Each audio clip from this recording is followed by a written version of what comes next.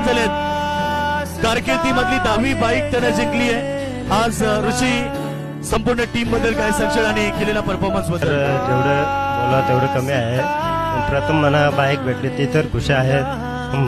माझ्या पप्पा मुलात मला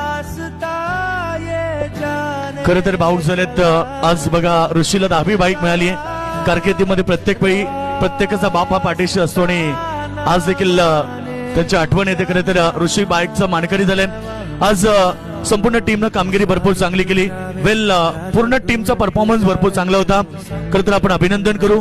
10वी बाईक त्याने जिंकली आहे। तर ही बाईक त्याने डेडिकेट केली आहे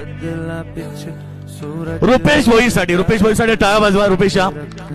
रुपेश खरं तर जे स्पोर्ट्स संघाचा एक सर्वोत्कृष्ट खेळाडू अगदी बरीचशे वर्ष क्रिकेटला दिलीत। रुपेश काय म्हणशील की 10वी बाईक जिंकले आज?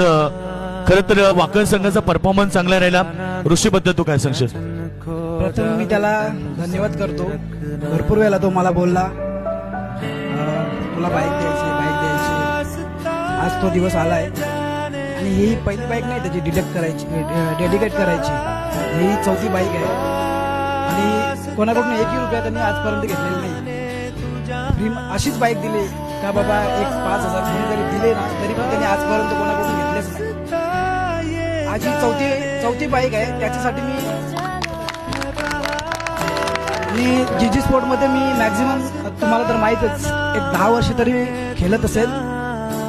बऱ्याच वेळा मी 12च असायचे पण आता सध्या जीजी स्पोर्ट मध्ये प्लेयरांची थोडी कमतरता आहे।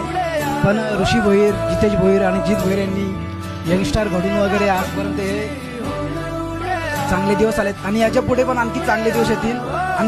आणखी चांगले प्लेयर घडवण्याचा प्रयत्न आहे त्यांचा आणि आमची टीम जशी दहशत होती तसंच दहशत करण्याचा प्रयत्न करू आणि ऋषीला धन्यवाद बोलतोय मी।